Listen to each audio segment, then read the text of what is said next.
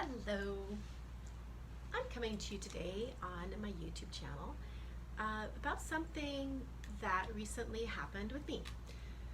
A lot of sellers wonder homes that they get inherited, that they have become the trustee of, that really need a total makeover or a total rehab. Do you sell it to a flipper? Do you find one of these, we buy anything at any condition people who need a massive spread? Now listen, I've been a flipper. There's a risk, especially on higher ended homes. So I don't have anything against flipping. However, I have several investors, one of them being my boss, who possibly don't need as big of a spread. We save a lot of money on commission. We'll just give each other a finder's fee to find that property. And I had this happen to me last April, where I had a situation where I had a friend who knew of a person whose mom passed and was older, in her 90s, and it was in a beautiful neighborhood, but it did need a lot of work. As a matter of fact, probably more than the average flip, because it was very large and it had a lot of the rooms were cut up to maybe make little apartments and things like that. So it was going to take probably 150 maybe to do it right and to do it to the standards of that neighborhood. So I reached out to the trustee, who was the older sister. Now mind you, there are 3 heirs, and so sad mom passed, but they all want their money. And when I spoke with this sister, this heir, she was very clear. I want it quick, easy, as is. I don't want to deal with it. I said great. So I set up an appointment to have 3 different sets of investors tour the property. Now mind you, I had been in the property, I had video of the property, so we were pretty clear that our offer would probably be around $1 million. We might have been able to talk about to $1.1 million, because the flip price would be probably around 1.3, 1.4, depending. So had it all set up, and then I got a text from her saying, I'm not interested in your investors, but really with no explanation. And I discovered that an agent in the area had also found out that this house was going to be available. And now that I can kind of piece it together, this agent has a pretty good deal. He will pay for all the rehab costs and get you that flip price, right? But what does that really mean? And I am aware that this is probably going to be backwards, because I'd have to switch the phone around. But I'm just going to give you a real life example of what it would take to go each route, and is it really worth it? So here are the 3 little heirs. There's a boy and 2 girls, okay? Here's the house in its present condition. Here's the house all fixed up. Now mind you, we had an offer of at least $1 million, and we probably would have gone 1.1. I was willing to do the work for a 1% finder's fee, which if they needed to go higher, maybe the investor would pay me. There are other ways around that, but anyways, this is basically the commission. You have escrow and title, again, based on the purchase price, and I'm rounding those out. So within 2 weeks, we can close these in 10 days to 2 weeks. Remember what she said, no hassles, no problems. Now mind you, this trustee lived out of state, so she said she wanted it easier.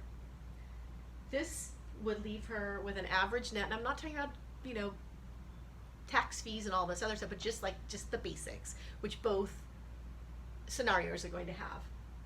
If you walk away with a net of $1,086,700 divided by 3, that would be a net of $362,233 for each heir in 10 days to 2 weeks. Now, here's what ended up happening.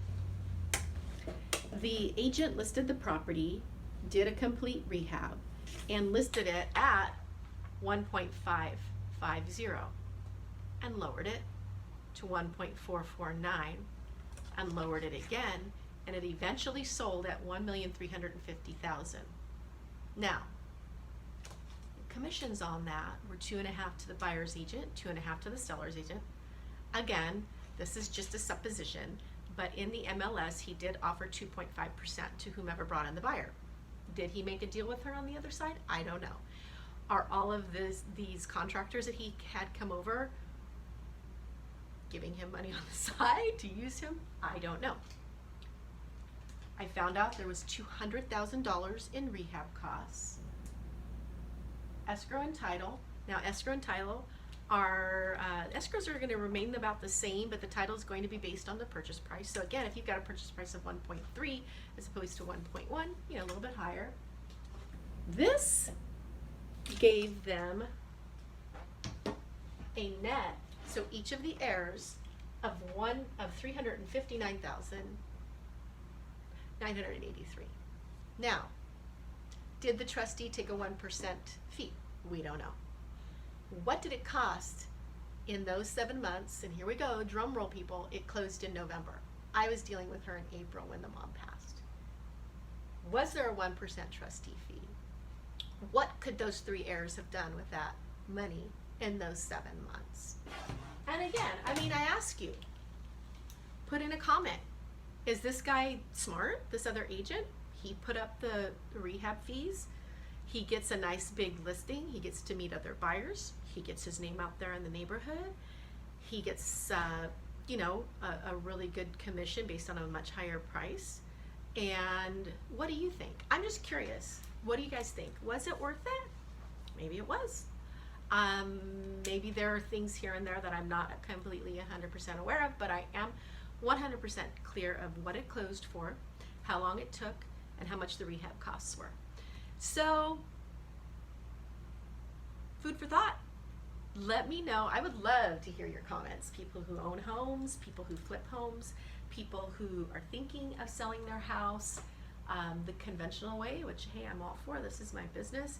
But as long as I've been in the business, I know investors, and I know we can do it before it even gets out there, if that's the way you want to go. And again, I've had investors who say, I don't want to sign in the yard. I don't want to termite it. I want hands off, hands off, hands off, no liability. And that's where it's really important to pay an agent to make sure that you have all the disclosures and that that trustee is protected. Anyhow, signing off for now. But again, like and subscribe and let me know what you think. Have a great day, guys. So, in closing, I would like to say this. A good realtor will show you both scenarios. And definitely working with me, you would get that. And I would like to pose a question to y'all. Like and subscribe and make a comment. Was this agent in this case, from what you know or what you suppose, looking out for the best interest of his seller, himself, or for both? You tell me. I want y'all to have a happy and safe new year and 2020 vision. I'm here for you. Have a great day. Bye.